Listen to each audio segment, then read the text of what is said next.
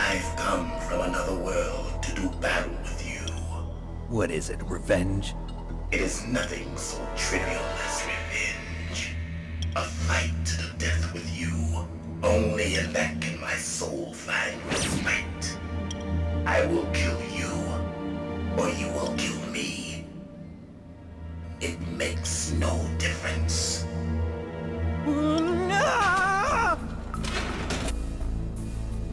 Hello everyone, welcome back to Metal Gear Solid. We just finished watching the Armstech president die the last time we were here. It's funny, in the novelization by Anastasia, he actually lunges at Snake, thinking that Snake intentionally poisoned him with that whatever it is he's carrying. I don't know why she did that. I guess she wanted to make it more dramatic. Obviously the novelization is written by one of the MGS writers, but it's supposed to be from Nastasia's point of view, and she changes a lot of stuff that happened in the story. Don't really explain why that is. I don't know why that is. But yeah, last time we were here we beat Revolver Ocelot, we encountered the Cyborg Ninja, and now we gotta head upstairs to get to the warehouse. Boy, it's been a long time since we played this, almost 3 months basically. Didn't really have a good reception, and I've been busy with other stuff. I've been playing Death Stranding 2, played a bit of Astrobot, a lot more Silent Hill 2, the remake, and now we have Donkey Kong Bananza, which is pretty damn good. So yeah, we've been busy. Not much time for Metal Gear, but I do want to play it because I want to play the second and the third. I've decided I'm not gonna get Delta right away because one, I'm broke. I'm flat broke. Like, I got $0 in my bank account, more or less.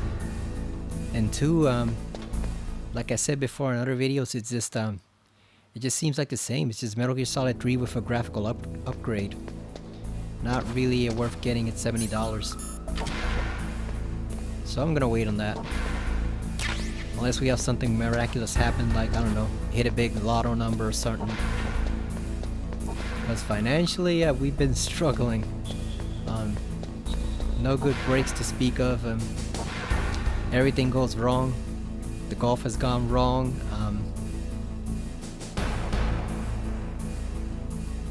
Tried a couple horse races to see if I can win something for that. That went wrong.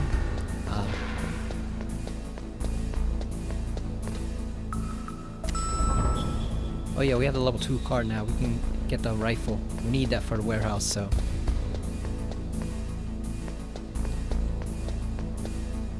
Trying to avoid the guards. So there are lasers here. You can see them with cigarettes. That is not what I want to do. I keep forgetting how the controls are. Are you smoking? Yeah, so what? Didn't you know that cigarettes contain benzopyrene, a chemical that leads to lung cancer? We now know that when benzopyrene enters the body, it changes to benzopyrene diolipoxide, BPDE, and attaches to the receptors on the p53 gene, the gene which causes lung cancer. The BPDE attaches to the p53 gene in 3 specific locations and causes precancerous changes to the lung tissue. You know a lot about science, but you don't know how good a cigarette tastes in the morning. Yeah, whatever, Naomi, you're not reliable anyway. You're not trustworthy. I want Campbell. It looks like the place is protected by infrared sensors. Somehow you'll have to make it past the beams. So yeah, everything goes wrong. I basically lost a chance to win $2,500 between this and like the past 2 weeks. So yeah, not doing good at all.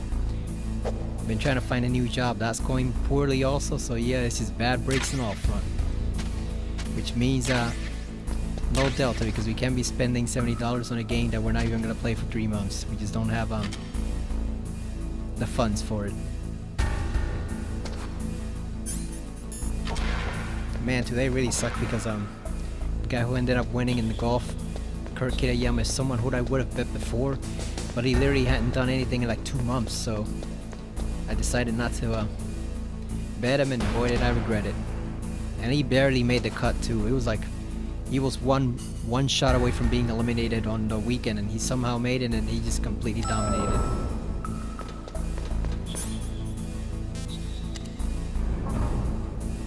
Actually, we're supposed to go to the first floor, but we're gonna talk to Meryl in a bit.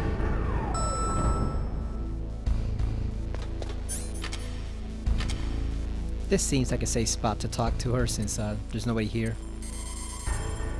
But yeah, it's been rough. A capital F. I said it before, but if you don't have the package from the original Metal Gear Solid 1 copy in the PS1, if you didn't have the box, you would have no way of knowing that this is her frequency since it's not included in the manual. It's only included in the box. So that was interesting little thing that they did. I also think the microphone is starting to give out. It's had too many falls.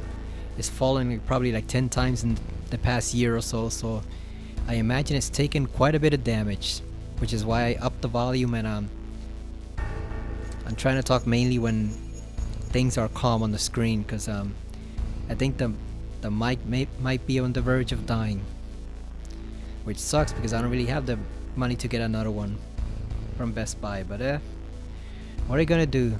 At least it still works for now. Hopefully it'll stay that way. Who are you? I was really impressed with the way you busted yourself out of there. The one from the prison? You're the Colonel's niece, Meryl, right? No, it's not him. Just exactly who are you? I'm the fool that your uncle sent all alone into the middle of this whole mess. You came by yourself? You think you're some kind of one-man army? I don't need lectures. You're just like your uncle, you know? How do you know my uncle? We go way back. What's your name? My name's not important. Aha. Could you be Snake? Are you Solid Snake? That's what some people call me. The legendary Solid Snake? You?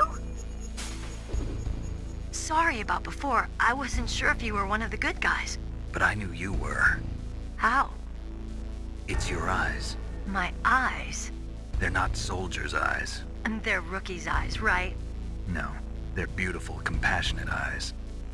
Oh, just what I'd expect from the legendary Solid Snake.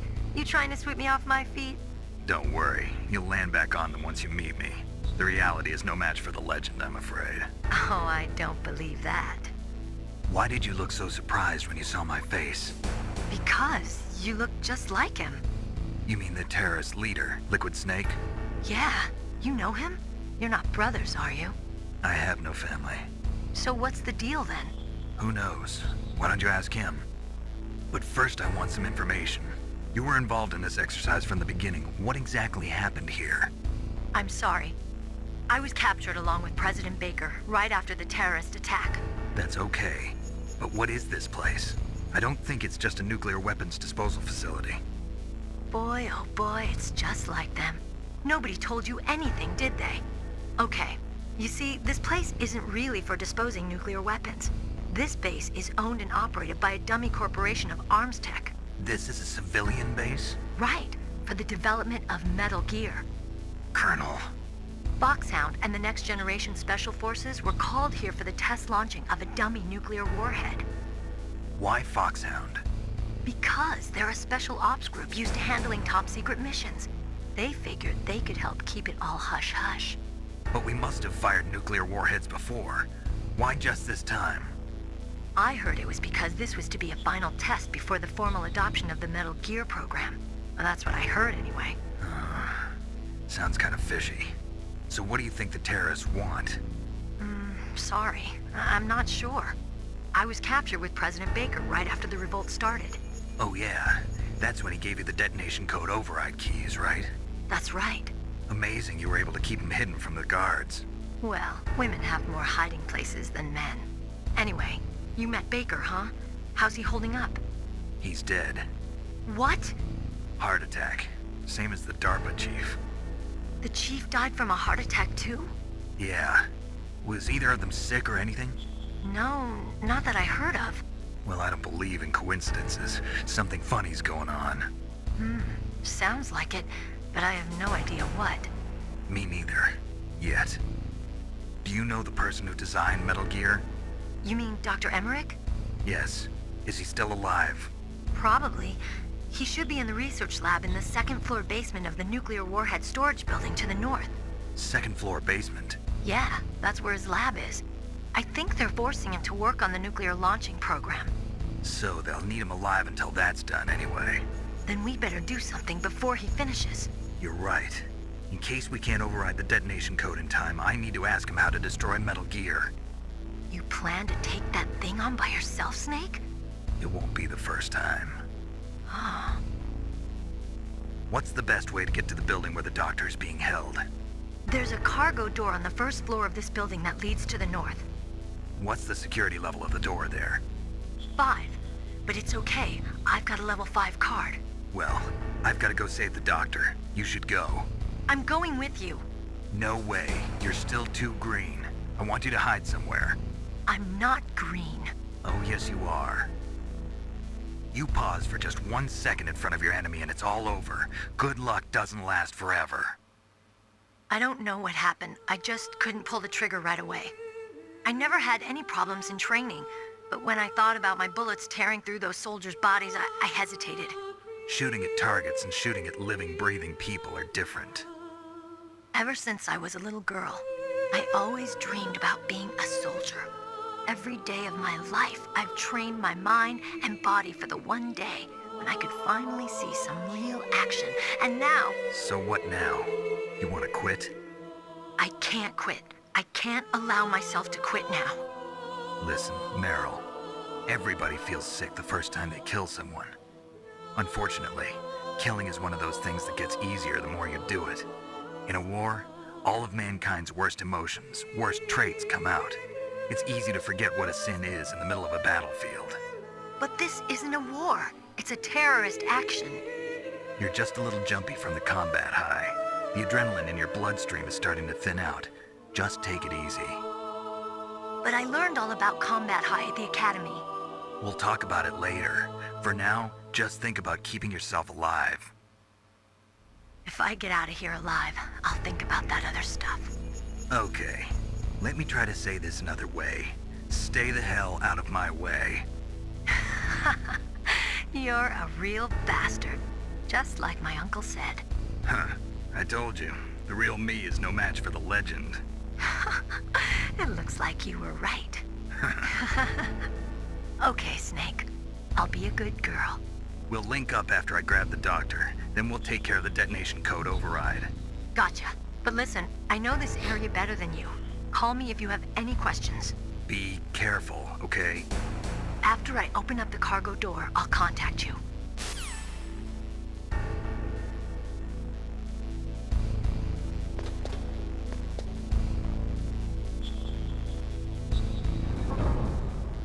I think the table was creaking during that conversation we were having there, which makes me nervous about the mic again. I don't think it can take another fall. That was actually fascinating for me. First seeing that as a kid when I played this way back in 1998, 99. I don't remember which. It's probably 99 because I remember I got Silent Hill shortly after seeing the advertisement for it on the back of the manual for Metal Gear Solid 1. This was actually the first time I'd pretty much heard stuff like that being discussed in a video game, you know, politics and characters showing strong emotion, because outside of stuff like maybe Soul Reaper or RE2, but even there with Soul Reaper, it's more about revenge. It wasn't really this particular type of emotion, you know, guilt and regret about killing someone. That was pretty much the first time I'd ever seen or heard characters talk like this in video games, so it was pretty fascinating. You could definitely tell you were playing something very different from the normal video game, that's for sure.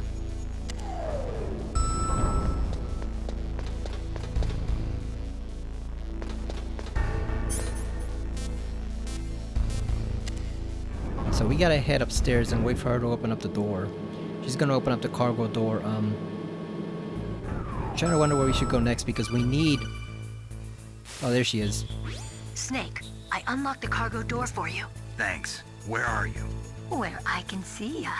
Don't move around too much. Don't worry, I'm disguised in this enemy uniform. You won't be for long with the way you walk. What does that mean? Nothing. Listen, Snake, the cargo door is like an airlock. It's equipped with infrared sensors. Be careful. If an intruder is sensed, gas is released. Gas? Okay, so we'll meet at the nuclear warhead storage building. Wait, you said you'd stay put and be a good girl. I changed my mind. Don't get careless. That's when things always turn sour. Sorry, but this is the only way I can figure out whether or not I'm cut out to be a soldier. I gotta get my hands dirty. These guys are professionals. You're gonna get yourself killed. See you there.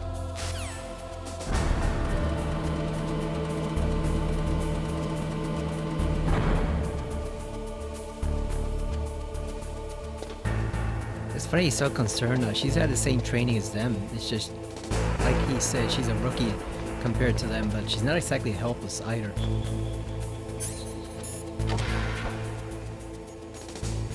Oh yeah, there's nothing but bullets there.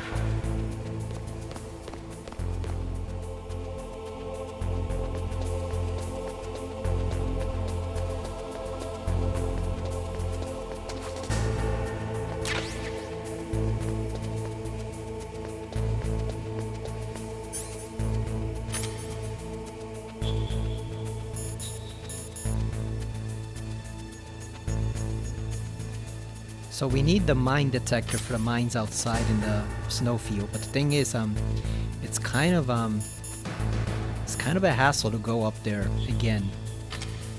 I'm not really sure if it's worth it or not, because we could eliminate this guy.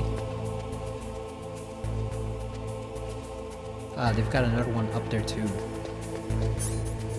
and we have no first-person aim in this one. I guess we could start by killing this guy, just to get him out of the way.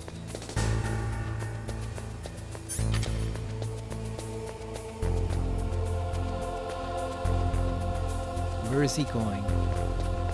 You gotta stay at the edges of the cone, otherwise they can see you. Like, these guys are basically blind and deaf, given the limited PS2 hardware, but PS1 hardware, but they still want to stay outside of the cone. And I think there's a couple of them around in the game that actually have a huge field of vision. You know, it was the great joke of this game. Oh, they're supposed to be these highly trained special forces, genetically engineered and all this stuff, and they can't see 6 feet ahead of them. But obviously that's the limitations of the PS1 hardware. You can't really have really advanced AI in a game like this. Because Siphon Filter tried it. There the guards could definitely see more than just 6 feet, but the problem is the game kind of ends up looking like crap because of it. You know, they have to make a choice between, you know, do we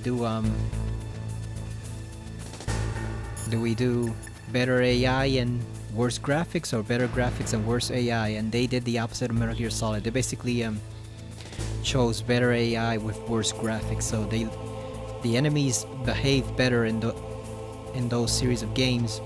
But the thing is, they actually look much worse than this. What's up, Snake? Like, Gabe looks like he has his face painted on, and the way they control is also kind of janky, so they had to make a choice, and they chose the opposite of Metal Gear. Snake, in China they say, you must cross the river before you tell the crocodile he has bad bread. Do you know what that means? It means that the wise man avoids danger first. Use your brain to avoid traps and stay away from the enemy. Good advice, Mei Ling. We'll keep it in mind if we ever meet a crocodile. Now, the funny thing is that in the last Metal Gear game Kojima made, MGS5, aside from the various problems the game had, they actually went the opposite way, and they kind of went overboard. Because what they did in that game was that the enemy can see you from miles away, basically. So if one guy spots you, everybody knows you're there, and then suddenly they can all see you from like a mile away, which is unrealistic even by real life standards, because you know that's why you have binoculars, so you can spot people like in the desert or in an urban setting. If you're in the battlefield, you know, that like most soldiers, as good as they are, literally cannot see for miles ahead. but those guys can. So like, it's funny that they kind of took the main complaint a lot of people had about the series. All the enemies aren't intelligent or capable enough, you know, for 1 and 2. 3s are a lot better, and then 4s obviously is some really tough guards to get past. But for 1 and 2, like, they always had to complain, oh, the enemies are too easy, you know, they can't see more than 6 feet ahead of them. And then what they did for Metal Gear Solid 5 is they're basically omniscient. They know exactly where you are at all points. So like, they took it way overboard. Those guys who are just regular Russian grunts in Afghanistan have better hearing and vision than the genetically engineered guys in the future. So they just went way overboard with that. They took it too far in the opposite direction.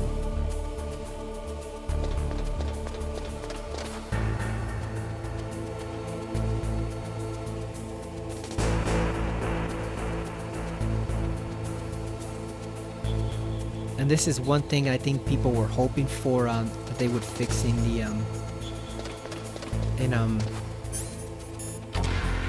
the remake. Yeah, because they did the remake on GameCube, Twin Snakes, and it was by Silicon Knights. And unfortunately, Silicon Knights was not exactly the height of competence, so they kind of just added a couple lockers, and you know, they added a couple lockers, gave you first-person view for shooting, and pretty much called it a day. And so that's why that game is not very popular compared to other Metal Gear Solid games, because 1, it's not accessible, but 2, they didn't really do a good job of updating the game. They just kind of did the bare minimum. Even graphically, the game doesn't look as good as it could have, you know. And it's funny because at the time, I was more excited for Twin Snakes than it was MGS3, because I figured, oh, MGS3, we're going back to the past, like the 60s, and we're in the woods, and we have no high-tech weapons or gear. It's just all primitive 60s stuff. Like, ugh, that doesn't sound fun to play. And the joke was on me and everybody else who thought like me, because that game ended up being far superior to the actual MGS1 remake on GameCube, which I believe I either bought day 1 or I bought it within that first week, but it was definitely within like the first 3 or 4 days of release. I specifically went to damn, was it even GameStop back then, or was it still FuncoLand?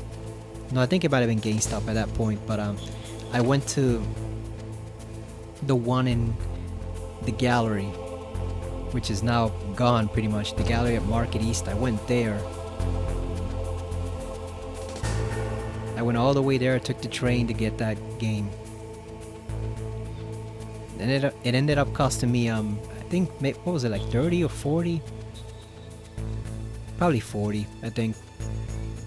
But yeah, I got it pretty much first week, and I played the hell out of it. I very quickly noticed that certain things were not right. You know, there certain things had changed. Like the cutscenes were a lot more dynamic in a sense. You know, oh, they got these fancy flips and stuff now. And like the ninja has a much more extended kill scene. You know, when Ocelot gets his hand chopped off, and Snake acts kind of weird in some of the cutscenes. So it was not quite what I expected a remake would be. I thought it was going to be more like the RE1 remake, where they just pretty much improved the game in every single way. It was a one-for-one remake. It was just very superior graphically and gameplay wise. But then I thought MGS1 was going to be the same. I thought it was going to be this is going to be Metal Gear Solid 1 with better graphics, but they're going to put the first-person view for the aiming, and they're going to improve all sorts of things, and you know, it's going to have smarter enemies. And I just thought it was going to be something different, and it turns out Silicon Knights kind of didn't do that much work on it, you know. They just did the bare minimum necessary to improve it.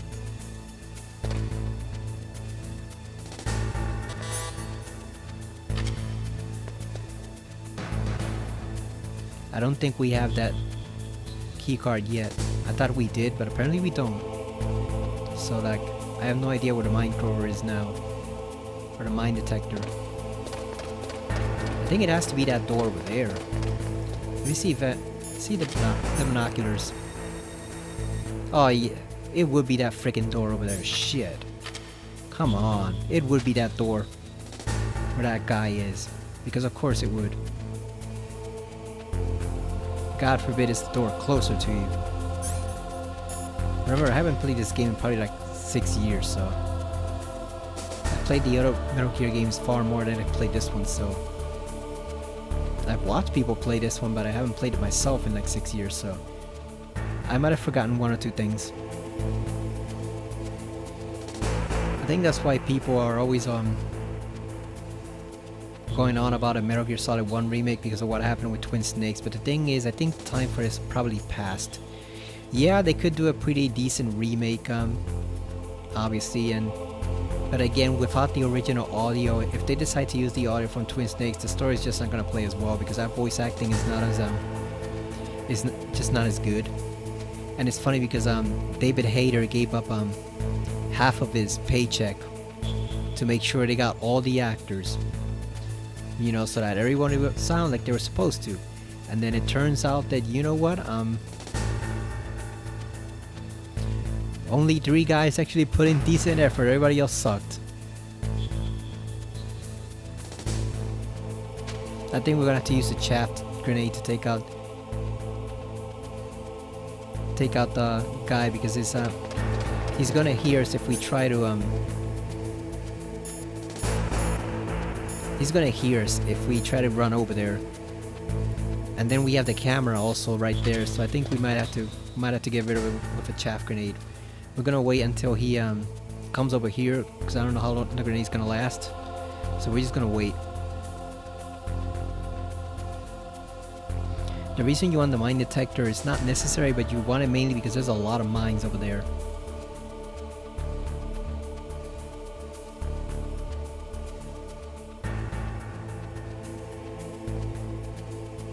You think we can shoot him from over here?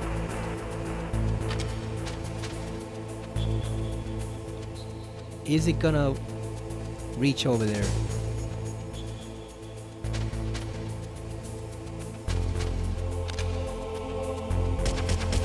Nope, it does not.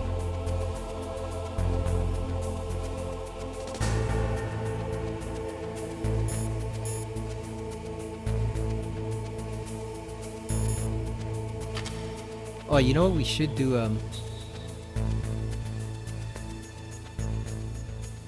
Damn, if only we had the sniper rifle.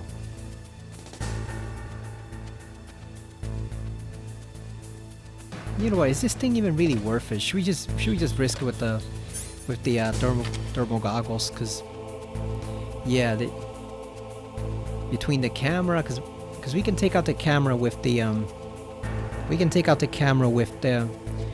chaff, but then getting that guy out of the way, we'd have to proceed very slowly.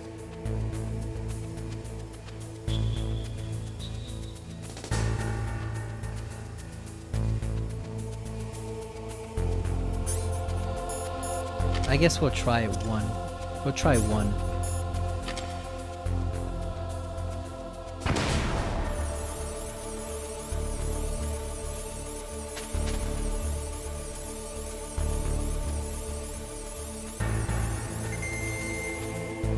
Really? That's it? You know what? Screw that stupid ass mine detector. We're just gonna risk it with the thermal goggles. I'm not going over there, setting off a whole chain reaction just to get that one gadget, which we don't even really need yet. Like I said, the main reason you need it is because there's a lot of mines out there, but the thing is, it's a lot easier to get it with the sniper rifle. And there's mines later, so it's not like we're gonna not have any opportunity to use it. There are mines later on in the game. Plenty of them, but yeah, I'm not gonna risk it.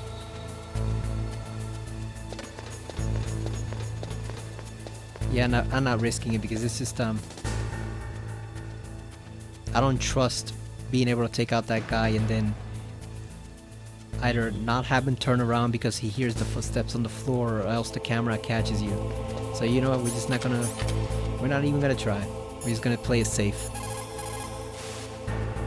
Meryl contacted you, didn't she? Go through the cargo door in the north part of the hangar. Head for the warhead storage building. Oh, we missed the message from Naomi where she says she really respects Meryl because she's a strong woman. I don't know how much of that is true because it's Naomi, but that's what she says. But I think you have to call her immediately after talking to Meryl. Be careful, Snake. That airlock is set with infrared sensors. You probably can't see them with your naked eyes, but there are infrared beams coming out of that wall. Touch any one of them and the doors will seal off and the place will be flooded with poison gas. Somehow you've got to get through without setting off those sensors. It's funny hearing Kojima complain about David Hayter's performance. Now he doesn't really like him, and he never wanted him to be Snake, considering the pretty good performance that he gave. But I guess it's one of those things where maybe it's like, oh, we're used to David being Snake, and that's why we associate him with Snake. And you know, maybe if it had been someone else from the beginning, we wouldn't have thought that way. We would accept that other person as Snake. Maybe it's one of those things, you know, where we don't really know what we're missing because we're so used to him as Snake.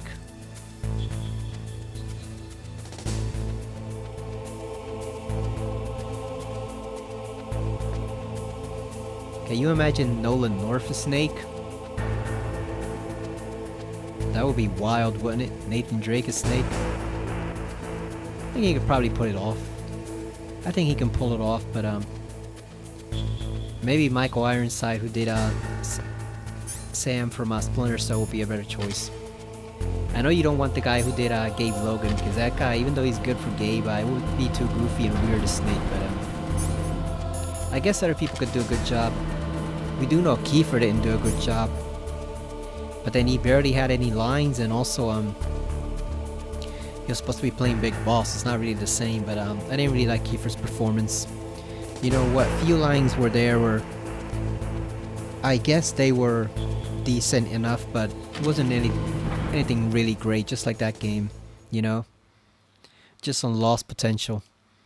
It just shows you that sometimes maybe you shouldn't cast a Hollywood actor instead of a professional voice actor, because it may not be the result you want. Apparently Kojima originally wanted Kurt Russell, but there's no way in hell that was ever happening back then when he was an unknown game developer. And then by the time he was known enough that Konami might have sprung some money to get Kurt Russell. By that time, Kurt was old and no longer interested in doing any voices, so he wasn't gonna get him there either. So either way, that effort was doomed. But I think David Hayter does a pretty damn good job. So it's kind of one of those things where it's kind of sad that the creator of the series can't appreciate it. But the main complaint I've heard about his voice acting is that it sounds too anime, whatever the hell that is. But I've never really understood that point of reference where people say, oh, it sounds too anime, he should sound more like a regular human being. And it's like, have you seen or heard regular human beings speak? Half the time they sound like fucking idiots. And yes, that includes human beings in the military. So if you want Snake to be more than just an average grunt, if you want him to be highly intelligent as he's supposed to be, like, you don't want him sounding like a regular human being.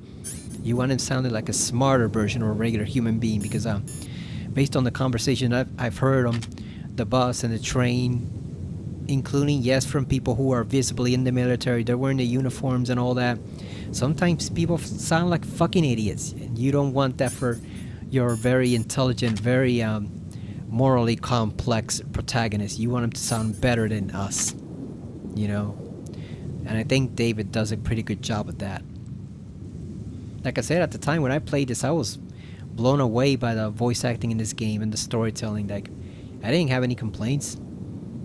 And I'd played Soul Reaver, you know, so I'd played that game, and it's even then, like, I actually dare say the voice acting in Metal Gear Solid 1 is slightly better than the voice acting in Soul Reaver 1, because even though Kane does a good job, Michael Bell is still getting used to Raziel at that point. You know, that was his first game as him. So some of the lines where he's supposed to have more emotion and more outrage and depth to his voice, like he doesn't really have it yet because he's just getting to know the character.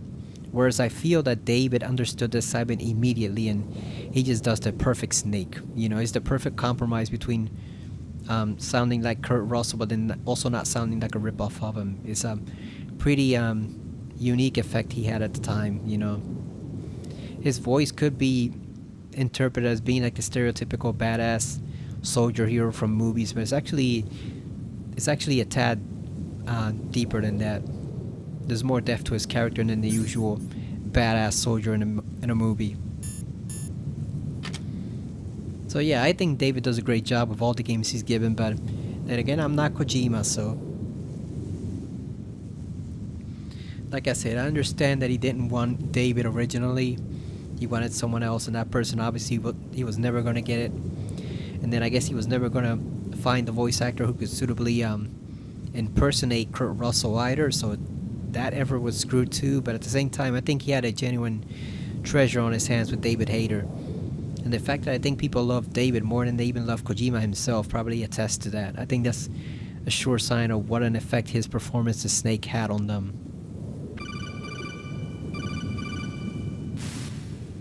Snake, be careful. There are Claymore mines around there. Use a mine detector. Who are you? Just call me Deep Throat. Deep Throat? The informant from the Watergate scandal? Never mind about that. You're not using burst transmission. Are you nearby? Listen, there's a tank in front of your position waiting to ambush you. Who are you anyway? One of your fans.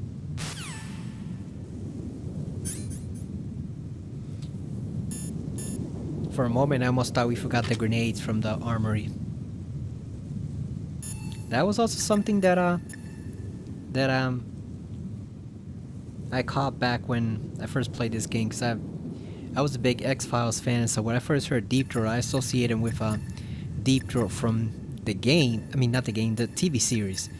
And then, of course, he's not referencing that. He's referencing the whole Watergate scandal, obviously.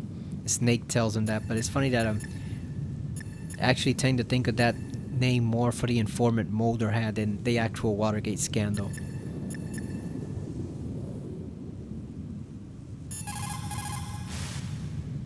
Colonel, I got a codec call from someone outside this operation. I know. We were monitoring the call. Mei Ling knows everything about the communication system, so let me have her explain it to you. Well, if somebody knows your frequency, they can call you. But the question is, how did he learn it? It's top secret information. So you mean someone leaked the information? That's the only explanation I can think of. Mei Ling, do you know where that transmission originated from? I'm sorry.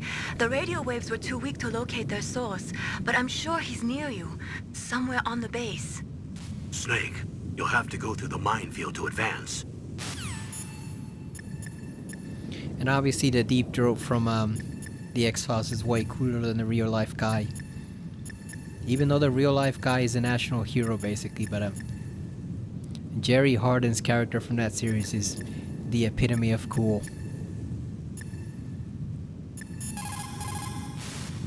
Master, does the name Deep Throat mean anything to you? Deep Throat? What? You mean the guy from Watergate? No, but he uses the same name. Whoever he is, he's not part of our operation, but he's been giving me advice by codec. What? On top of that, he wasn't using burst transmission. It seems he was transmitting from somewhere on this base. Somewhere on the base? Yes. I have no idea who that could be. I see.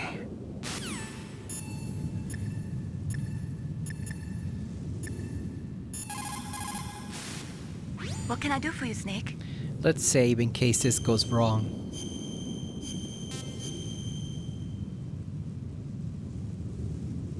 How's it going, Snake? Have you gotten used to using the radar yet? Yeah, it's a great system. Not only can I read the topography, but I can monitor the movement of the bad guys, too.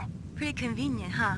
It also makes it easy for us to see everything that you're doing. You're watching everything? Of course. If you were my boyfriend, you'd never be able to cheat on me. Being monitored 24 hours a day, that'd be like hell. Don't think of it like that. At least you'd never get lost.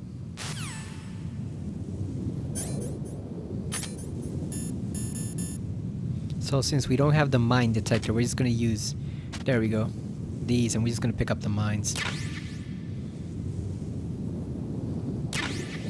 Which Snake is a professional, but you would not want to do this in real life from what I gather. You would not want to touch any inch of that Claymore mine just in case you blow it up. Instead, you'd want to just shoot it from a distance or disarm it using special equipment. You would not want to actually touch that mine unless you know exactly what you're doing. Because you can get an arm or leg blown off, you can get your head blown off.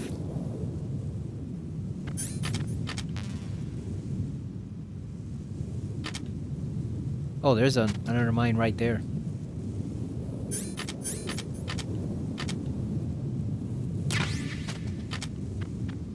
Alright, so we're gonna fight our first boss of the game, because the guards in the first encounter don't really count. The ones we fought with Meryl, so instead we're gonna fight the actual first boss of the game, the tank.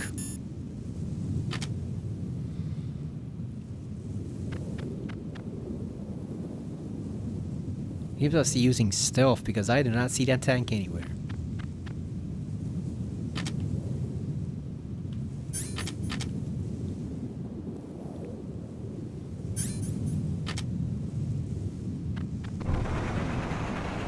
Here he comes.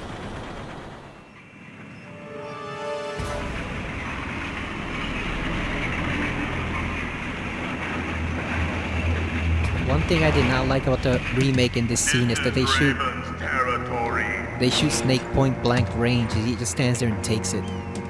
Like a dumbass. Snakes don't belong in Alaska. I will not let you pass. Send him a message. See, there he dives out of the way, but in the remake he just takes it like a moron. It just doesn't look right at all. That's right, you belong on the ground. You should crawl on the ground like the snake you are.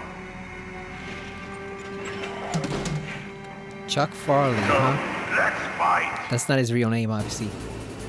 I prefer his voice here compared to the remake. I assume it's the same actor, but he's different. He's using a different type of voice for him there. It sounds more gravelly, if that's a word. Like it sounds more like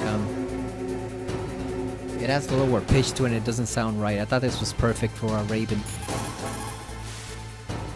Snake, look out for that tank's main gun. It'll pulverize you. There should be some way. Ask Nastasha. She knows everything there is to know about weapon systems. That M1 tank is equipped with advanced Vectronics. Once it locks onto a target, it automatically tracks it, and its main gun is effective up to 3,000 meters. To get close, you'll have to confuse its tracking system. Use your chaff. If you can jam the system and get close enough, it won't be able to use its main gun. Use your chaff at a long distance to fool its electronic systems. That was the first time I ever heard that term, Vectronics. A tank can't operate by itself.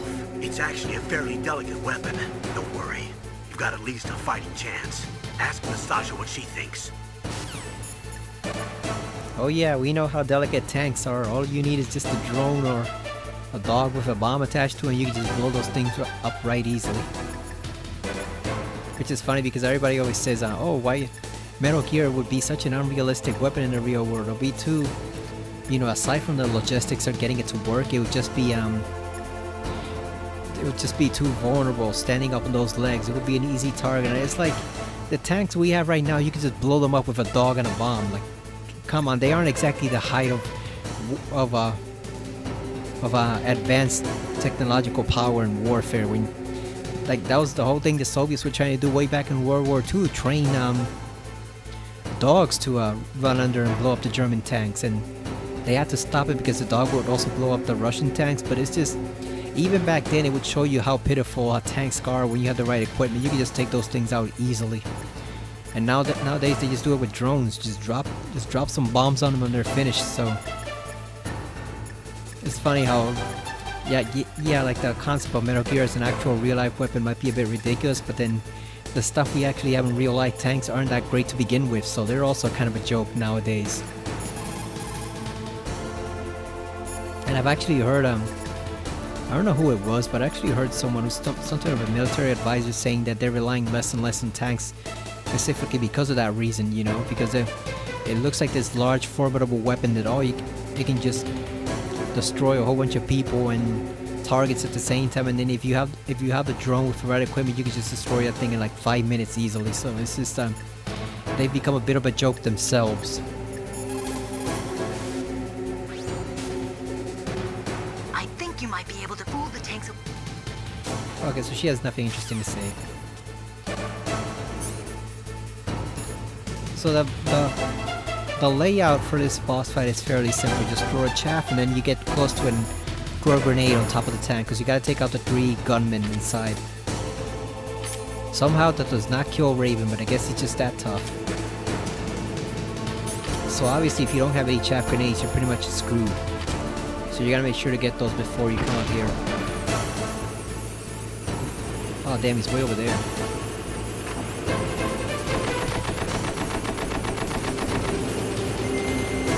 God damn it.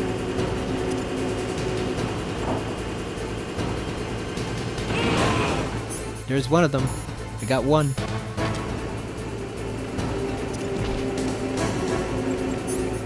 Now you gotta wait a bit for the next guy to pop up, otherwise it won't work. See how you like this? You also want to stay away from the treads. There we go. I think there's an extra guy on the hard difficulty, but it's not too bad either. It's just 2 guys, or 3.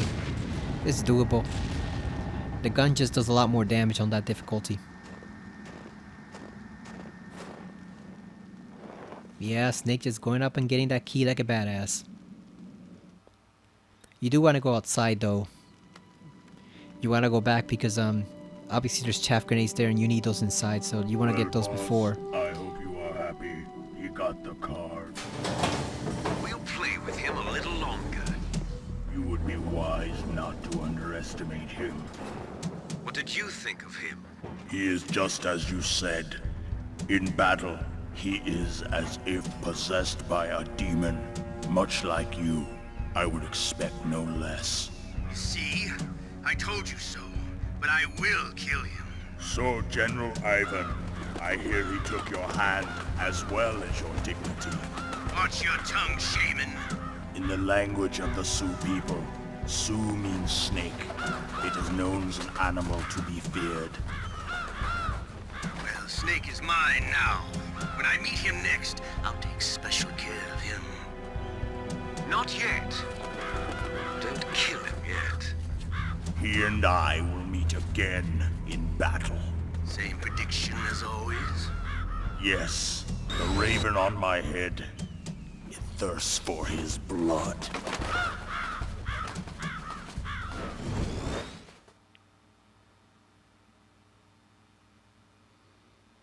So now that we beat our first boss, the life meter should go up right there. Versus M1 tank.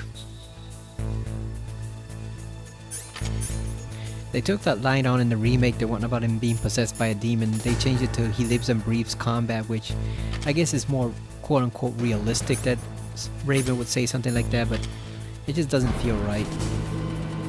We're going back out because like I said, we want to get the rest of the equipment out there. Yeah, it just doesn't sound right.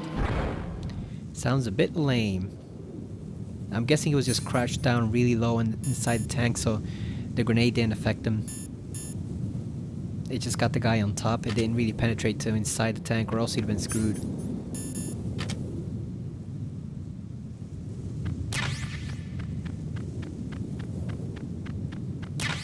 And this is where you get ambushed by a Gecko in Metal Gear Solid 4. It almost gives Snake a heart attack.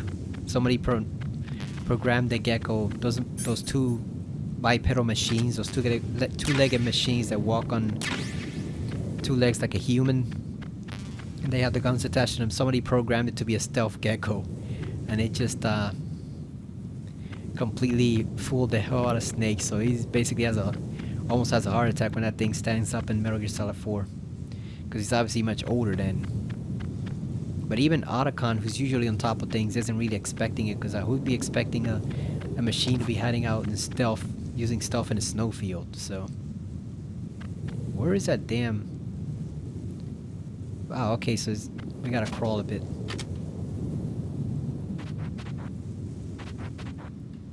There we go. Got back all our chaff grenades. So we're fine for now.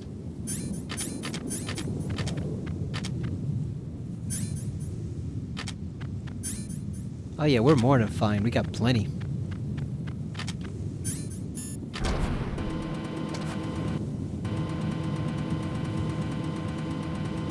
This area does look pretty good in the Twin Snakes remake though. Like I said, this is a shame they kind of let everyone down with that game, because they could have done much better. It could have been the definitive remake of the series, and then we wouldn't need to bother with another one. They could just port that one forever onto modern systems. But unfortunately, they screwed it up, and I think that's why many people want them to remake. I think that's why Konami themselves want to remake that game. It's not just because it's a cheap way to get the fans back on their side and also take advantage of the Metal Gear brand. You know, it obviously it is, but I think also because they look at it, they look at that game on the GameCube, and they kind of think, we don't know about this. I think we could do better, guys. But unfortunately, like I said, I'm not sure how much I trust them to remake that game without Kojima supervising them. I know they did it for 3 right now with Delta, but the thing is, like I said, with Delta, you don't need to deal with the audio issues. The audio for Delta is perfect. For MGS3, it's still pretty clear, so you can just reuse that over and over again. I'm not so sure you can do that with the audio from this one. I don't know how they would get around that, unless maybe they could have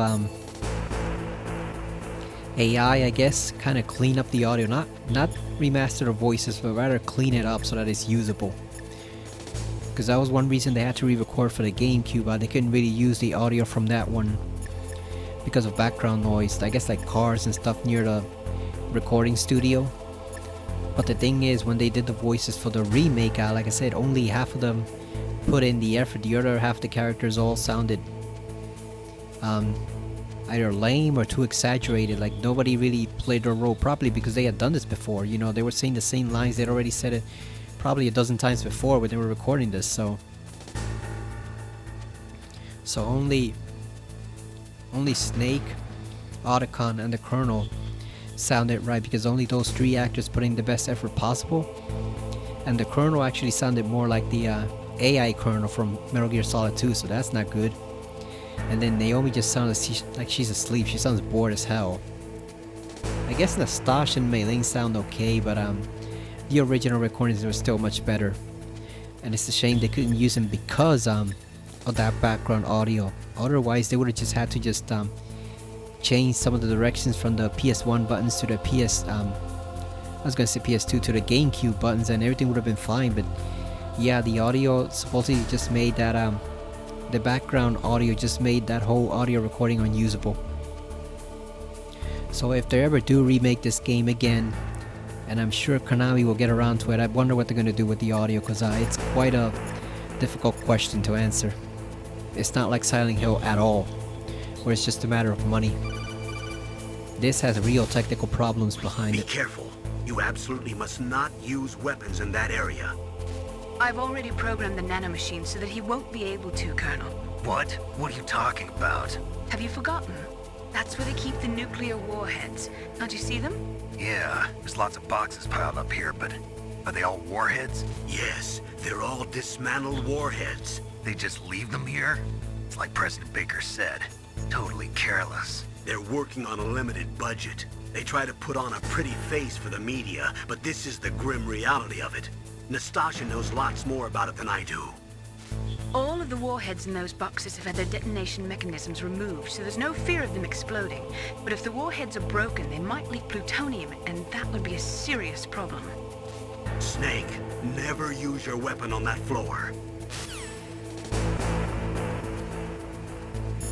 that was the first time I ever heard of what is still a very serious problem, the problem of how you dispose of nuclear weapons, which there's still thousands of them in the world. So that being said, it's also kind of unsettling that they can control you remotely through the nanomachines, because that means that if they sent someone to kill you for whatever reason, you wouldn't be able to fight back. They would just disable you using the nanomachine. So that's kind of a very bad idea, regardless of who you are, when you can control someone like that remotely from distance. Let's talk to Nastasha. Snake, that is a nuclear warhead storage area. Are all these filled with nuclear warheads? Yes, but their detonation mechanisms have been removed. So I don't have to worry about this island turning into a pile of smoking rubble. No, but if the casing is damaged, they may be leaking nuclear materials. Please, make sure you do not use your gun around there. Naturally, nuclear weapons contain plutonium. Most of the radiation emitted by plutonium isotopes consists of alpha rays. The ionization effects are strong, but if they are kept in containers, there is no danger of exposure.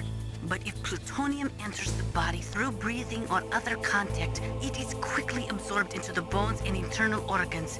After that, there is no way to remove it. Once that happens, the victim will be constantly exposed to it, and just one millionth of a gram of plutonium can cause cancer. That is why a plutonium leak is such a serious danger. Make sure you do not use your gun anywhere near there. It's funny, you could probably use nanomachines to remove them in the Metal Gear universe, but I guess that's something they're not really interested in. They view nanomachines more like weapons of war than actual medically helpful stuff. That was also the first time I was hearing of how dangerous plutonium is, because I always figured it was the radiation that killed you from the detonation, you know, when they detonated the nuclear bombs. I didn't realize that if there's just one tiny leak and there's something that's basically smaller than like the smallest grain of rice, like microscopic level, even could cause that much damage. Scientists are currently using gene therapy to try and create a microorganism capable of breaking down plutonium, but they have not yet had any success. The plutonium version of bioremediation, huh? Instead of processing, what about reusing it? I thought that they were working on using dismantled plutonium for civilian applications. For a time, it looked like there was going to be international cooperation for that. But unfortunately, there was too much mutual suspicion and it all fell apart. Yeah, nobody trusts anybody, so...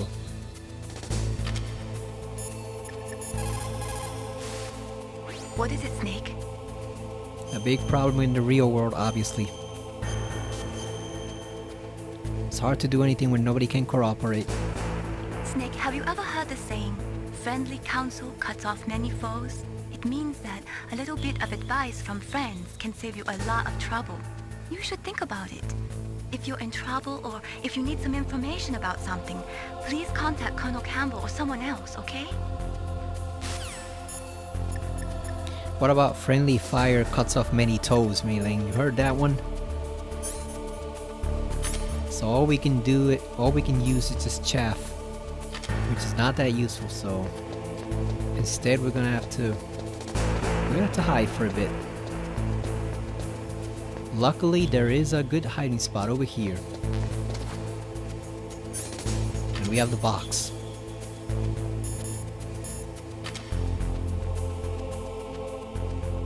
We just have to watch out for that guy and the guy above. But you can see we're out of this cone range. We're just a box.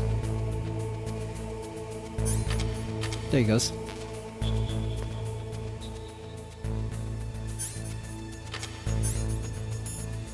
Now the tricky thing is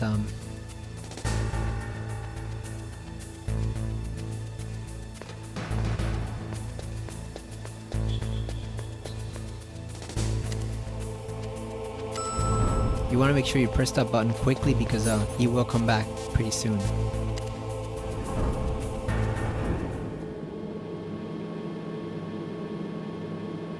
Now one thing is, you can kind of cheat it if you have the sniper rifle and you stay outside the main warehouse area, you know, when you that little opening in the door, the slit between the door and the floor, you can actually use the sniper rifle there to take them out from distance if you want to cheat it.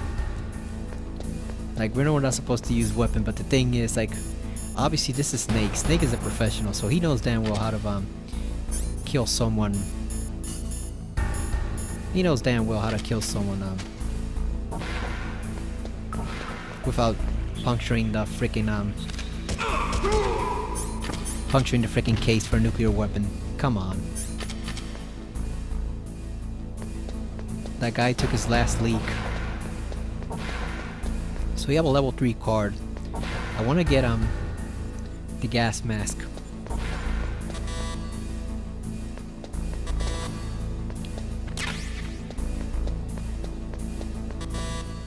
Oh god damn, we can't open anything. Oh, there's a level 3 door right there.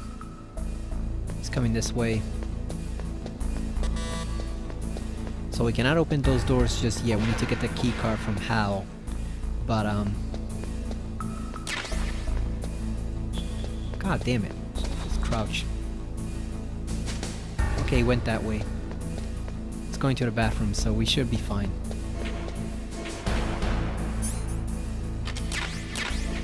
Oh, we got the Nikita launcher. That's what we needed. Okay, so we don't have the gas mask just yet. We want to get that because you're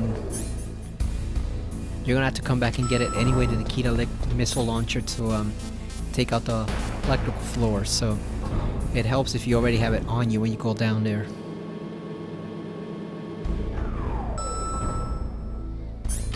Man, you don't forget how to play this game. Like, it just all automatically comes back to you, even though the controller is different. It's a different console, but it doesn't matter. Everything just comes right back to you.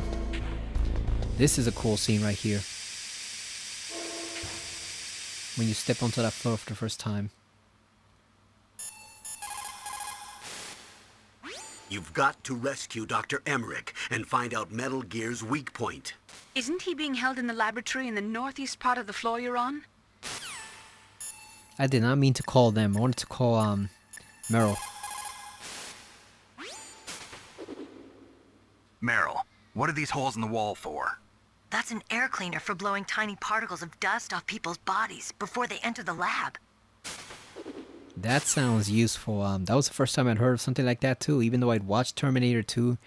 And I had to realize, even as a kid, that they had to get, you know, foreign stuff off their bodies before they went into the lab for Skynet. That was the first time I ever heard of that, which is an actual thing. And obviously we see a version of that in Resident Evil 2, in the remake when Leon enters the lab. They get doused in those chemicals and then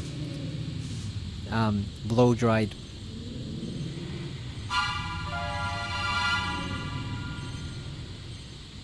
It's a nice musical sting right there. Oh, he's our old friend again. Snake, watch out. That place is filled with gas. Also, the floor is electrified. First, destroy the high voltage switch. It's the switchboard on the northwest wall. But how? I can't reach it. Use a remote-controlled missile. I really like his voice too. We'll find out who that guy is later on, but I really like his voice. I think he did a very good job with the character. Definitely one of my favorites. For the time being, let's trust what Deep Throat told us. Use a remote-controlled missile to destroy the switchboard in the northwest section of the Warhead Storage Building's second-floor basement. Make I see sure they fixed the text in missile doesn't get shot down by those gun cameras. They fixed the text in the integral version, because in the English version he says what that Deep Throat tells us. Some of the lines in some of the subtitles in the English version don't quite match what the voices are saying, but it looks like they fixed that for the integral version. So you want to do this quickly because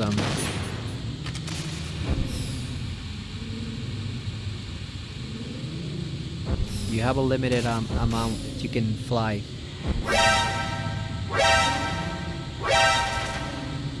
Alright, we got it.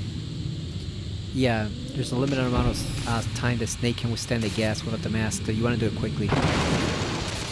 It's somewhat easier in the remake, because you have the first person view, then the Kita launcher there doesn't launch like that. It launches in first person view, so depending on how you prefer to play, it's actually easier to hit the circuit board there because you're just guiding it past the cameras. The downside is you can't see where the cameras are, so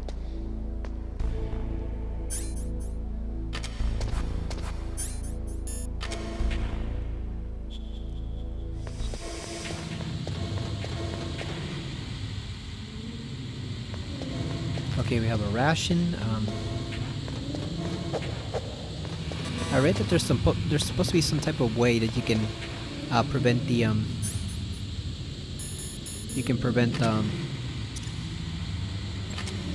the O2 gauge from depleting that quickly, but I don't remember what it is. There is the gas mask, so that'll help a lot.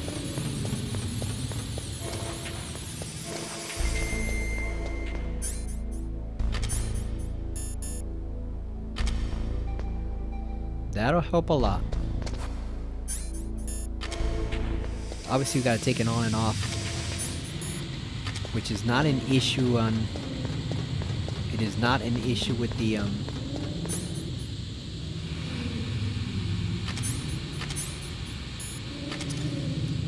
remake version, because there the key cards function automatically like they do in Metal Gear Solid 2. So that's not an issue there.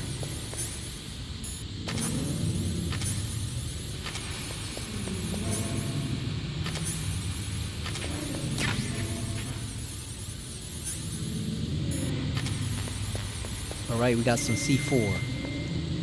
There's one more door, but I don't think we can get there. I don't think we can get there.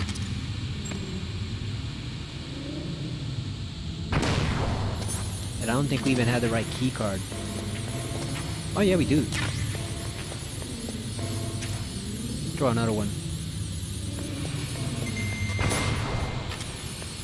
Okay, let's get the hell out of here. We got what we needed.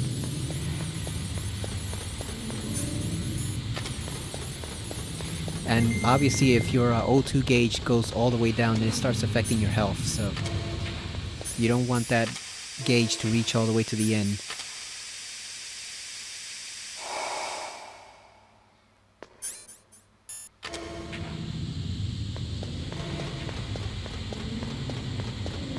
Oh yeah, there's a camera right there.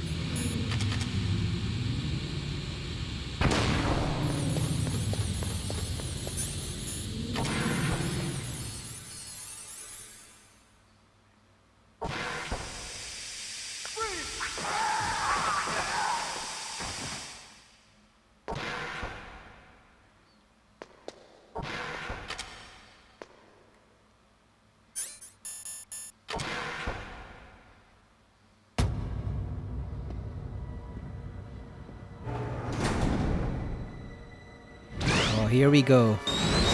The classic slaughter scene. It looks like they were cut by some type of blade. You think, Snake? This also, that little sting right there, I don't think they repeat that in the remake. There's a lot of touches here that are not in the remake for whatever reason.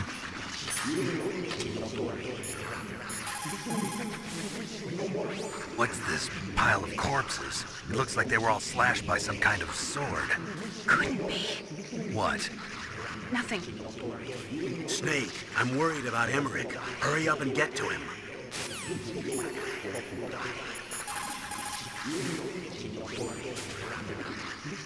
Meryl, this pile of corpses, is this your handiwork? No way. I didn't think so. Who could have done that? You got me, but he must be somewhere up ahead. Then I guess you'll just have to go and find out.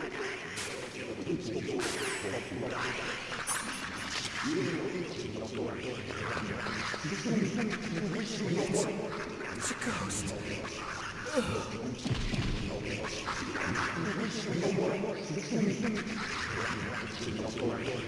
Looks like he did Snake a favor. It would have been way difficult to get past all those guards. You know, with just a gun.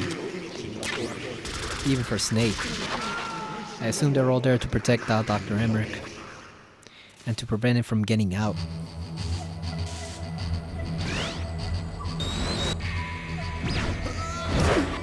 That looks nasty and so cool. Look at that. Apparently this was a big hit with the E3 crowd when they first showed off the trailer there for this game. People love the Cyborg Ninja. How crazy it is.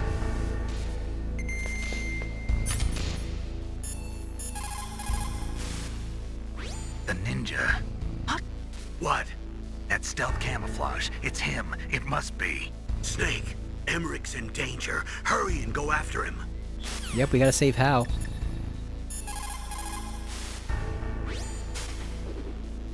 Hurry, Dr. M.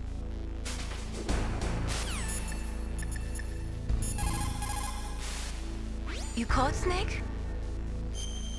So this is actually a pretty easy fight, but I'm still gonna save just in case. And we're gonna stop after this. In my parents' homeland, they say, if there are more wolves, the people are eaten. If there are more people, the wolves are eaten. That means the side with the greater numbers is usually the winner. You're badly outnumbered, Snake. Try not to let them see you. Thank you for that, Mei Ling. We didn't know that blatantly obvious a bit of wisdom there. Also, this guy is still alive, but unfortunately there's nothing you can do for him. He's been impaled. We're at full health, right? We are.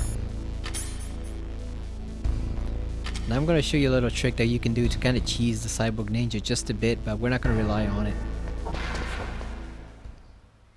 But it is something you can do to frustrate him if you want to.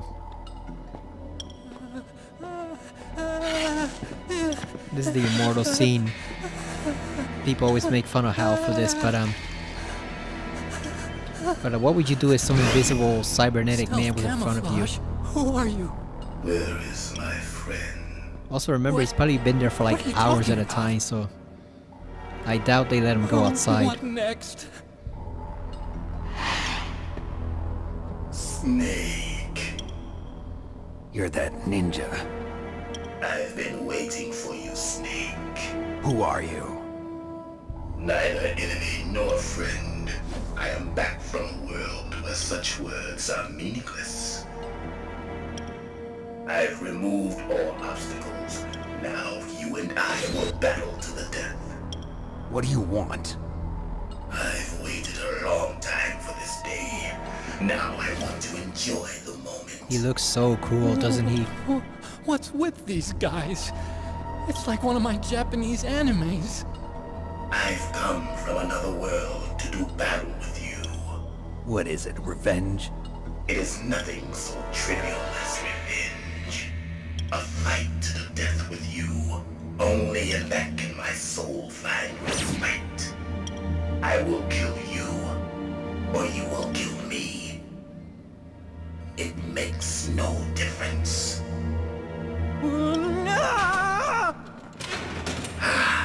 Fine. He can watch from inside there. I need that man. Keep your hands off him. Now, make me feel it. Make me feel alive again. He's still one of the most popular Metal Gear characters ever, with good reason. If you have a question about members of Foxhound, you should ask Naomi. I'm sorry, but there's no one in Foxhound like that. There are currently only 6 members of Foxhound. Psycho Mantis, Sniper Wolf, Vulcan Raven, Decoy Octopus, Revolver Ocelot, and finally Liquid Snake. The genome soldiers under his command are next-generation special forces. Foxhound is intended to be a small number of highly elite, hand-picked soldiers. You're talking about the current Foxhound, right? Yes. Snake, who or what is that thing? Is he an enemy or not? That's what I'd like to know. Naomi, you really don't have any idea?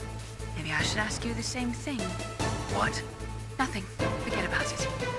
So that's important because Foxhound was obviously a much larger unit before, basically infiltration specialists. So there would have been a lot more regular type soldiers in there, or there wouldn't be basically like these freak show type soldiers. They would have been more specialized. Obviously Sniper Wolf is just a sniper. She's not anything special in that regard, but the others like Shaman, Vulcan Raven, and Psychic, and the Impersonator, you know, the Master of Disguise. Like, obviously those are guys who got added onto it later on. Like, the original Foxhound would have just been a group of highly elite soldiers, but it would have been bigger than just 6 guys. Also, I wonder why they took away the dash from Foxhound, and they just made it all one single word. I wonder what caused that change. He's just playing with you. Why don't you try throwing away your weapons? We know that, Master. Look at him move. He must have some kind of powered exoskeleton. Powered exoskeleton? You mean like prosthetic arms and legs? No. Prosthetics are intended to replace original body parts. That ninja's exoskeleton makes him far stronger than any normal human. He is a true cyborg, a cybernetic organism. So he's half machine, huh?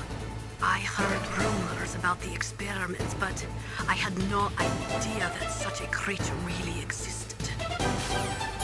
So he's Iron Man, basically. Too bad he's locked into it. Ninja? I've never heard of any member of Foxhound like that. But you're gonna have to do something about him if you want to save Dr. Emmerich. So there's actually an easy way to cheese him, watch.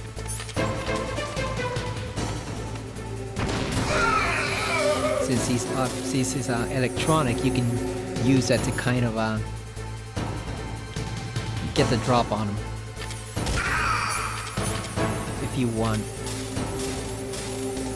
But that's not what he wants, so we're gonna fight him the regular. You can't defeat me with a weapon like that. We're gonna fight him the regular way, because also that's when he starts doing that flip.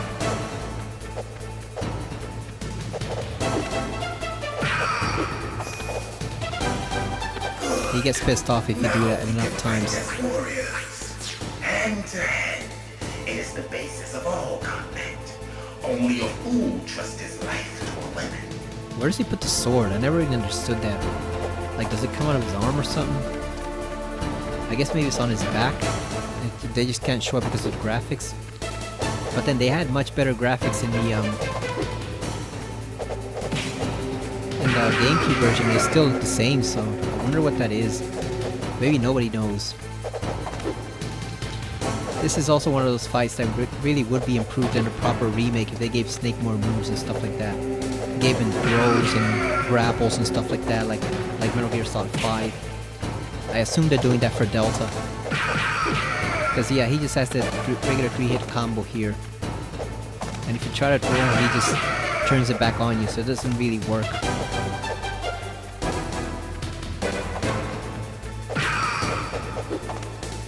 You basically have to wait for him to do his own flashy moves like that.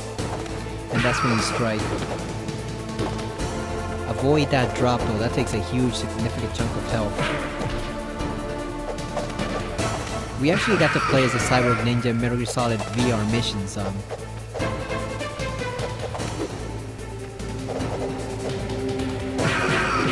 It was only 3 missions, but they were pretty good. One of them you actually had to kill Snake, who's disguised as a Genome Soldier. Pretty decent, but they basically sold the game with that promise that we'll be able to play as him in his only 3 missions, so we got kind of ripped off. We got kind of ripped off with that game. They did much better with Raiden in the exoskeleton in Metal Gear Solid 2 Substance. Even though Raiden doesn't really have any special powers, it's just he has the sword with him. But it looks cool though. But really, I think people were expecting like to have half the game play as the ninja, and not really. They only gave us 3 missions, and one of them's a stealth mission, so you can't even really use the sword.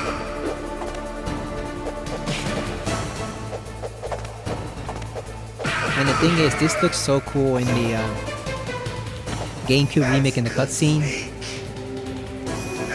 When they're fighting and you see Snake actually using martial arts and stuff like that. Oh, it's right in front of us. How thoughtful. Yeah, it looks so cool, so it's kind of disappointing that it looks so cool in the cutscene, and then in the actual in-game engine it's still just punch kick, because Silicon Knights couldn't be bothered to add anything more to it, so that's kind of disappointing. I'm here, Snake.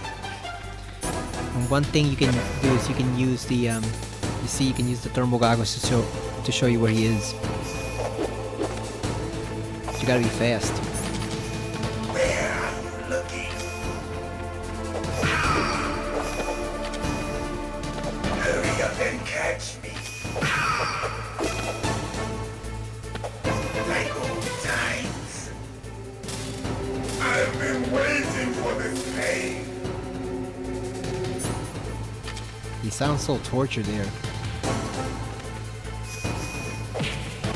You want to avoid that punch. That punch takes a huge chunk of your life.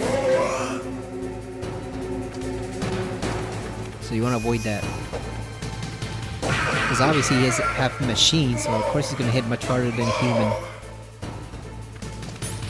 Yeah, they got, for the remake, they got Rob Paulsen, who was apparently a voice actor on the Teenage Mutant Ninja Turtle show, to do his voice, and he does a good job, but it's not nearly as good a job as this one. Some of the lines are off, and some of the readings are off too. That's it. I remember that punch. Yeah, I wonder how they would do this fight in a remake. You remember, Snake? The feel of battle. The clashing of bone and sinew.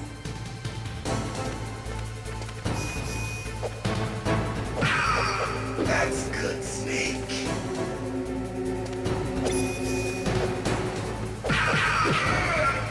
Hurt me more.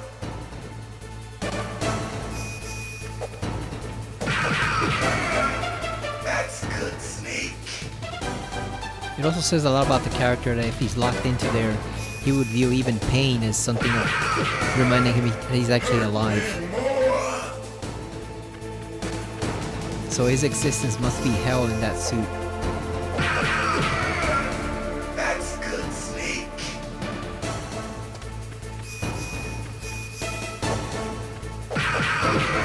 I don't think we need to heal because the life gauge is gonna go up automatically. And you wanna... Ooh, now we need to heal. Because otherwise we're gonna die.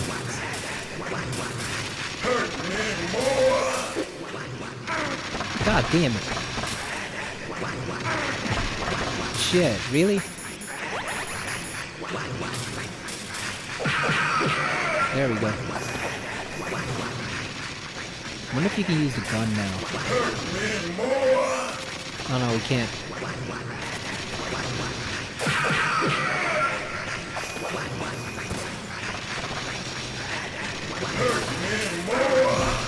God damn it.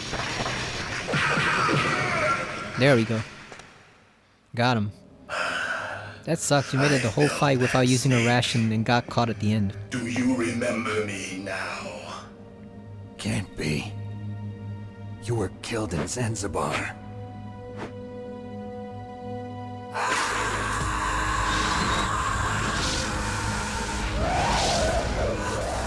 What?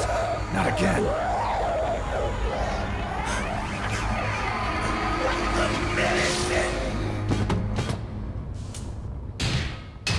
What's happening?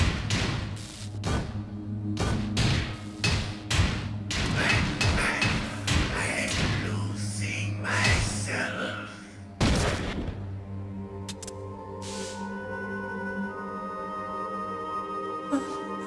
Is it over?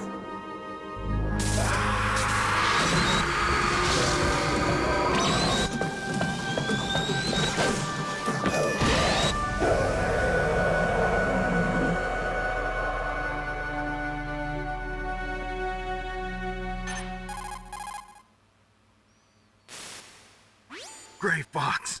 Colonel, that ninja is Gray Fox. No doubt about it. Ridiculous. You of all people should know he died in Zanzibar. No. He should have died, but he didn't. What? It happened before I joined Foxhound's medical staff.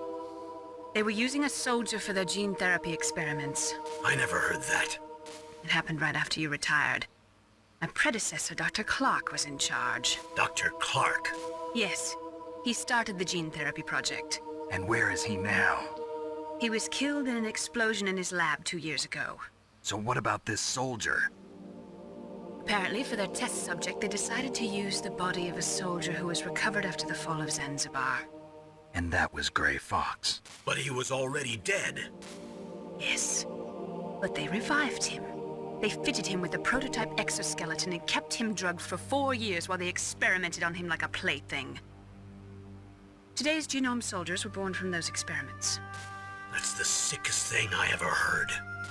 They used him to test all sorts of gene therapy techniques. Naomi, why didn't you tell us about this sooner?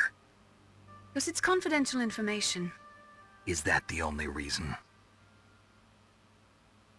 Naomi, what happened to Gray Fox after that? The record says he died in the explosion.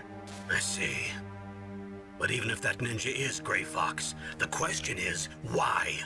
From what I could tell, he didn't know who he was. Are you saying that he's just a mindless robot? I'm not sure, but he seems intent on fighting me to the death. We'll meet again. I know it. So you'll fight again? Until you kill him? I'd rather not. But maybe that's what he wants.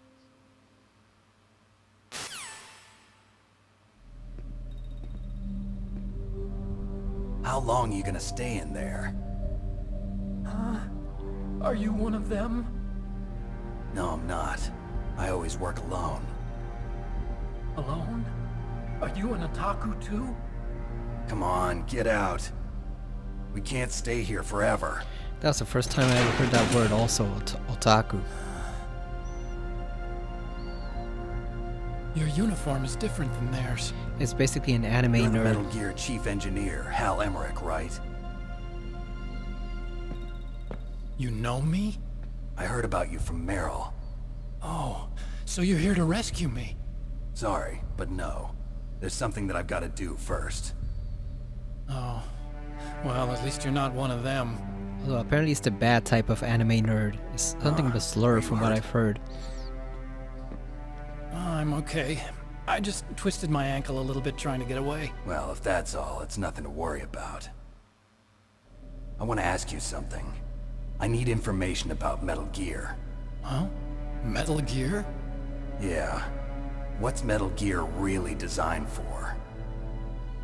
It's a mobile TMD. It's designed to shoot down nuclear missiles. Only for defensive purposes, of course. Fire! I already know that Metal Gear is nothing but a nuclear-equipped walking deathmobile. Nuclear? What are you talking about? The terrorists are planning to use Metal Gear to launch a nuclear missile. You telling me you didn't know?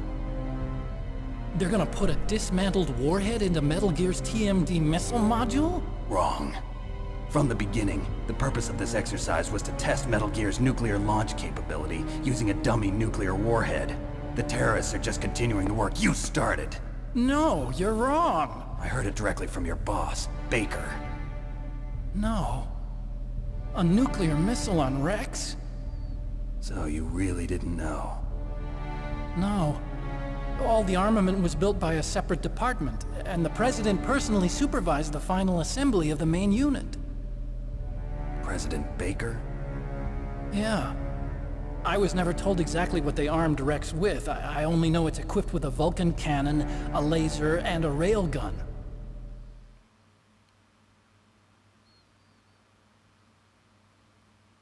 A railgun, you said? Yeah. It uses magnets to fire bullets at extremely high velocities. The technology was originally developed for the SDI system and later scrapped. We were successful in miniaturizing it, in a joint venture between ArmsTech and Rivermore National Labs. The railgun is on Rex's right arm. Metal Gear's main function is to launch nuclear missiles. You sure you're not forgetting something? It's true that Metal Gear has a missile module on his back that can carry up to 8 missiles, but are you saying it was originally meant to carry nuclear missiles?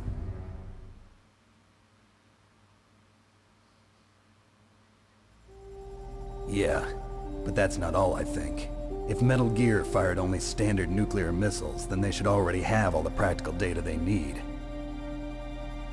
No. Could it be? Metal Gear's co-developer, Rivermore National Labs, was working on a new type of nuclear weapon. They were using NOVA and NIF laser nuclear fusion testing equipment and supercomputers. So they developed a new type of nuclear weapon in a VR testing lab, huh? Yes, but you can't use virtual data on a battlefield. They would need actual launch data. These are some of the supercomputers. If you link these, you can test everything in a virtual environment. But it's all just theoretical. So this exercise was designed to test the real thing. What did our president do? If the terrorists launched that thing... Damn! Damn! I'm such a fool. It's all my fault.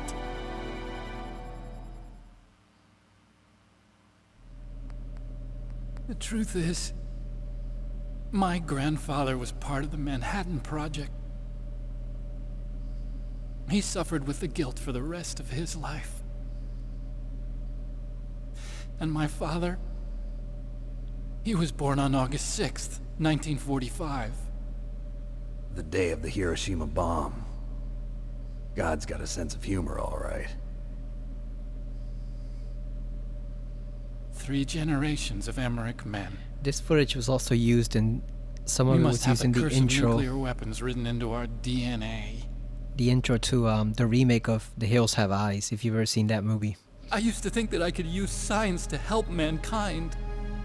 But the one that wound up getting used was me. Using science to help mankind, it's just in the movies.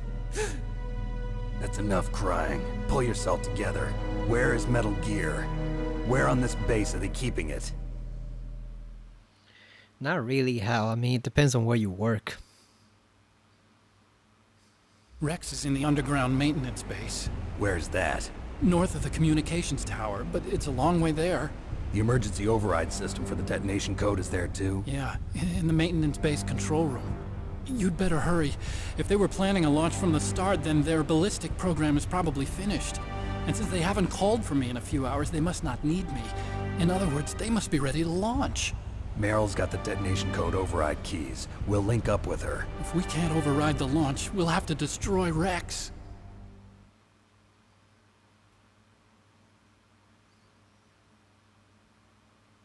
I'll show you the way. On that leg of yours, you'll just slow me down. You'll need me if you're gonna destroy Rex. I don't need you. I just need your brain. I created Rex. It's my right, my duty to destroy him. If you get a chance, try to escape. When the coast is clear, I'll contact you by codec. How am I supposed to escape from an island? Okay. So what then? I want you to hide somewhere and keep me informed. You know this place well, don't you? Of course I do. And don't worry, I've got this. It's the same stealth technology as the Ninja. Foxhound was gonna use them, but with this I'll be fine. Bad leg and all. Good. But I want Meryl to watch after you too. I'm sure they do have boats, Hal, and not planes, Meryl, jeeps. the engineer's okay. That's a relief. I want you to look after him. Where are you now? Very close. There she is! Over there! Oh no! Damn, they've spotted me! Meryl, what happened? Maybe if you kept your mask on, Meryl, you don't Something's need it wrong. to talk. Did you hear something? Wasn't that some kind of music? What did she look like? She was wearing the same green uniform as the terrorists. Yeah, you don't need to take off your mask to talk, Meryl. A disguise? She had such a cute way of walking. She kind of wiggles her behind. You were really looking. Well, she's got a very cute behind. Way of walking, huh? I wonder if Hal ever told Meryl that If she's himself. disguised as the enemy, you'll have to contact her when she's alone, huh? Probably not. There's only one place where we can be sure she's by herself. Where's that? Don't be so dense. Here, use this security card. It's security level 4.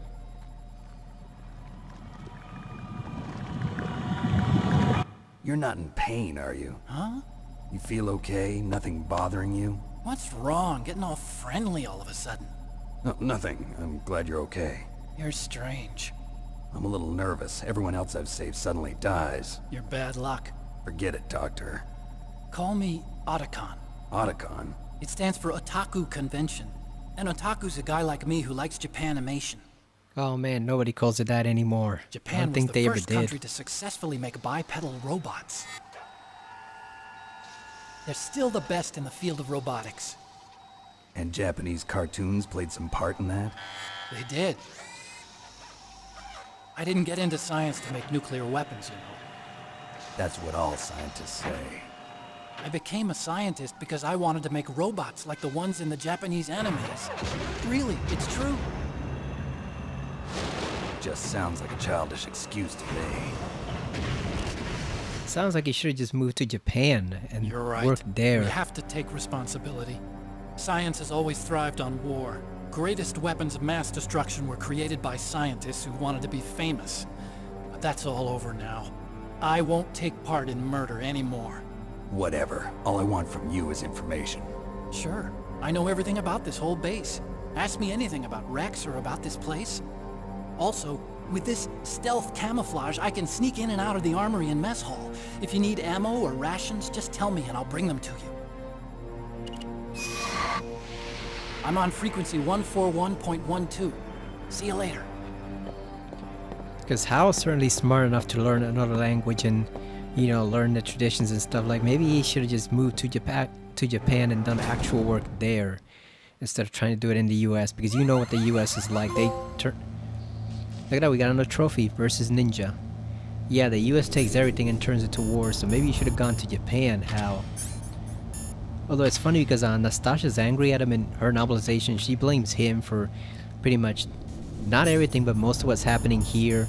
Because she's saying he should have known the risk and anticipated the consequences and all that stuff. But it's like if the president of the company wasn't telling him anything and the co-workers weren't telling him anything, that there's only a limited means he can use to get information. You know, there's going to be a limited amount of stuff he can actually learn about what he's really doing. You know, one of the whole points of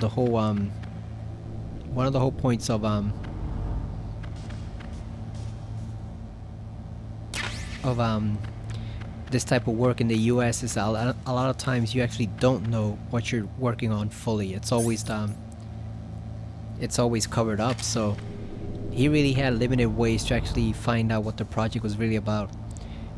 And the irony is that once you read her novelization and you see Hal's character develop later on in the series, he actually turns out to be a much better human being than her. If you read her novelization, she's actually a bit of a scumbag. Like, she's kind of skeezy, kind of shady. I guess the cigarette should have given it away, but she's not really all that good of a person.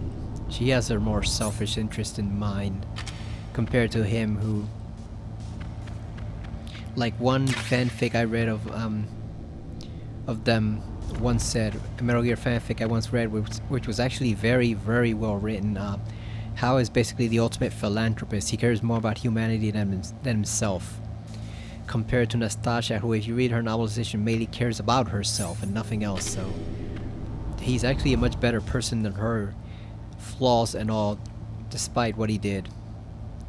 Look at that, the good old PlayStation right there. It's all cubey and blocky. And then obviously they replace it with a GameCube, and they have Yoshi and Mario sitting over here, which always looked out of place. That always looked kind of out of place in the game. Although it's cute because you can shoot it and it kind of says Yoshi, like his signature name. There's the I forgot which one this one is, but it's from some anime. But then you have the more interesting one here, Police Knots. That game I've heard is expensive as hell, and apparently you also have to download a fan translation to play it. But it's one of those games where a lot of people have always wanted to play it, but it's not readily available. That and Snatcher, two of Hideo Kojima's first two games. I should get around to playing those eventually, because I've heard they really are interesting little games. And Snatcher gets referenced a lot in one of the special missions for Ground Zero, so I really should get around to playing those games eventually. What's funny is if you look at this corner here, 9 years later, Metal Gear Solid 4, it's still stained from where he wet his pants. I guess nobody cleaned the building after all this. Although someone does say in that game that the base is basically abandoned.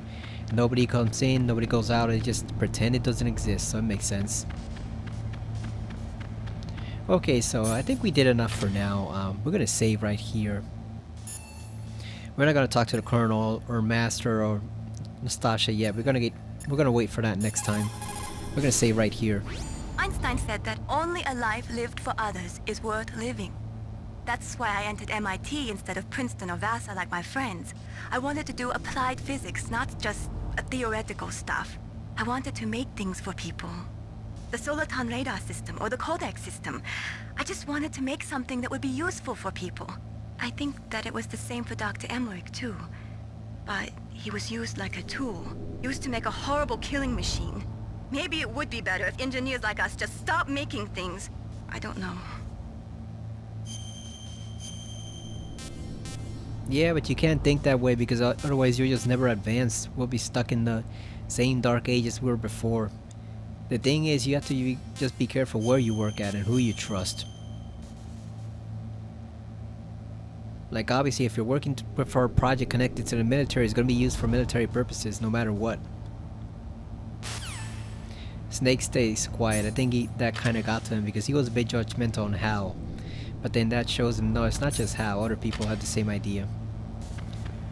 Although it's funny, like I said, it goes back to what I was saying about Nastasha, how she said, Mei Ling said a life, what did she say, a life lived for others is the only one worth living, but if you read her novelization, which you can find in MGS2, Nastasha kind of lives for herself and nothing else. So like I said, both he and Mei Ling are kind of much better human beings than she is, even though she's the more judgmental one.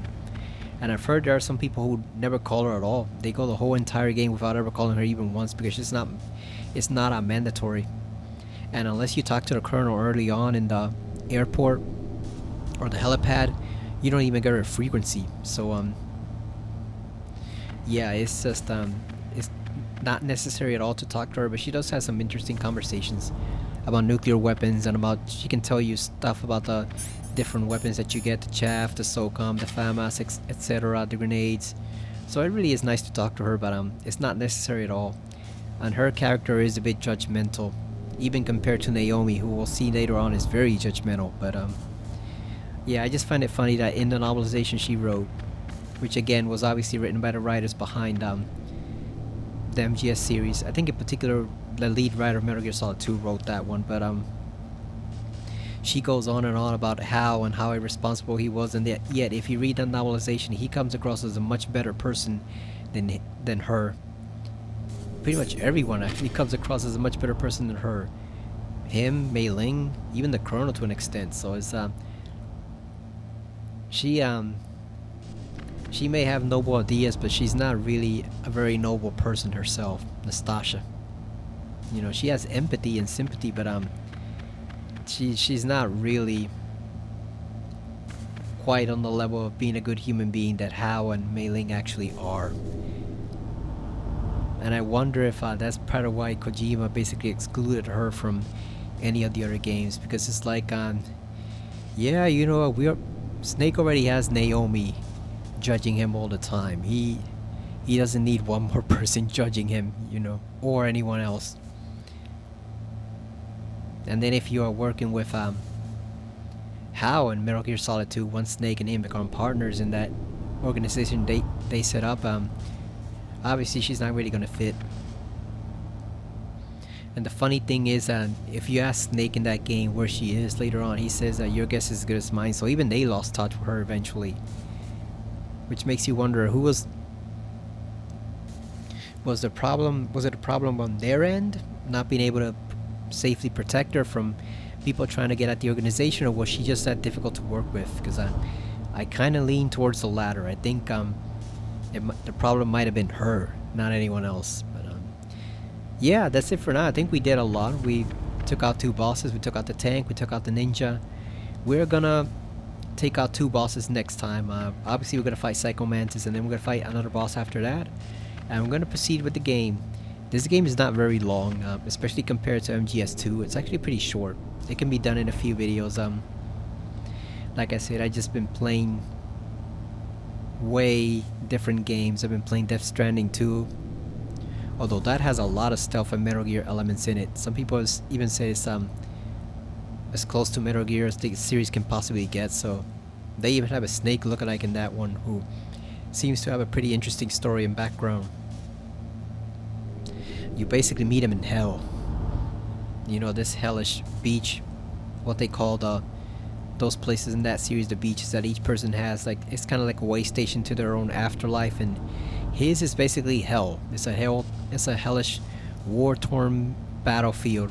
It's a hellscape. So I'm looking forward to seeing what that guy's deal is, what his interesting backstory is. But I've been playing that, and then still playing a lot of Silent Hill 2. I'm on my last playthrough for the remake for a while, because the new one comes out in September, so we gotta make time for that. And then also been playing Donkey Kong Bananza, which is a pretty great platformer, probably one of the best games Nintendo has made in years, and definitely by far the best Donkey Kong game so far. It takes a bit of getting used to. Donkey Kong has a different aesthetic in that game. It's a different type of gameplay from what you're used to in his games, but once you do, man, that game is pretty much solid gold. That is probably one of the best games Nintendo has made in the past 5 or 10 years. So I very easily recommend it if you're interested in looking to get a Switch 2. Definitely get that game and the new Mario Kart. They are both pretty worth your time. They're both gold. So yeah, I've been playing those games, but I'm gonna start playing this more often because I wanna play Metal Gear Solid 2 and 3. Like I said, I still don't know what to do about Delta. I think I'm just gonna wait until it's cheaper and then use some Best Buy reward points to just get it for cheap. Just get it for cheap, or get it for maybe not free, but like 10 or 20 bucks, 15 maybe, once it goes to Black Friday. Because you know damn well that game is going on sale for like $55 on Black Friday. That's not even a question. That happened last year. It happened the year before. Not every new game goes on sale, but when it's one that the stores really want to move, there's always one new game that goes on sale every single year at least. And there's always at least 1 or 2 stores like Amazon or Walmart that put it on sale. And I have a feeling that one's going to be the one, because it's a remake. It's a remake of a game that is already available on the system and already has an HD remaster. So that's 2 strikes against it. And like I said, people haven't really seen that hype for it either. Like, I know they're trying to hype it up, but it's kind of hard to be hyped for that game when all it is just MGS3 with an upgraded graphical system and better controls. That's pretty much it. Like, it's not even Resident Evil where they add new levels. It's not Silent Hill 2 where they improved on the voice acting and they improved on the storytelling to an extent. There's still some slightly bad performances in that game, but they improved a lot, and then they added new areas and they added enemies. Like, it's not like that at all. Like, from everything they've told us, and they told us explicitly, this is just a reskin of the game with a higher graphical quality and then better controls, and the Ape Escape game added back in because they took that out for the original HD remaster. So it's kind of hard to get hyped for that game when it's pretty much the same game that is sitting on my shelf right now and I haven't gotten to play it yet. It's on this very disc. So Metal Gear Solid 3 is always my favorite of the games. You know, it's been my favorite for a long time. I love the character of Big Boss and Naked Snake. I actually like him better than Solid Snake, but I just can't justify spending $70 on that thing, knowing that it's just a remake with better graphics and better controls, and that's it, you know.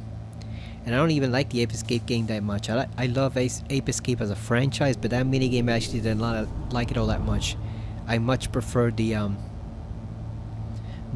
Metal Gear Solid minigame from Ape Escape 3. So yeah, it's just it's like, sorry Konami, but that and the added secret theater cutscenes are not enough for me to justify spending $70 on that game.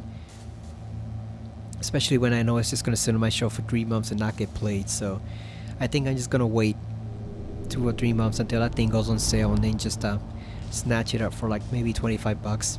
Use some Best Buy rewards to take the price off it.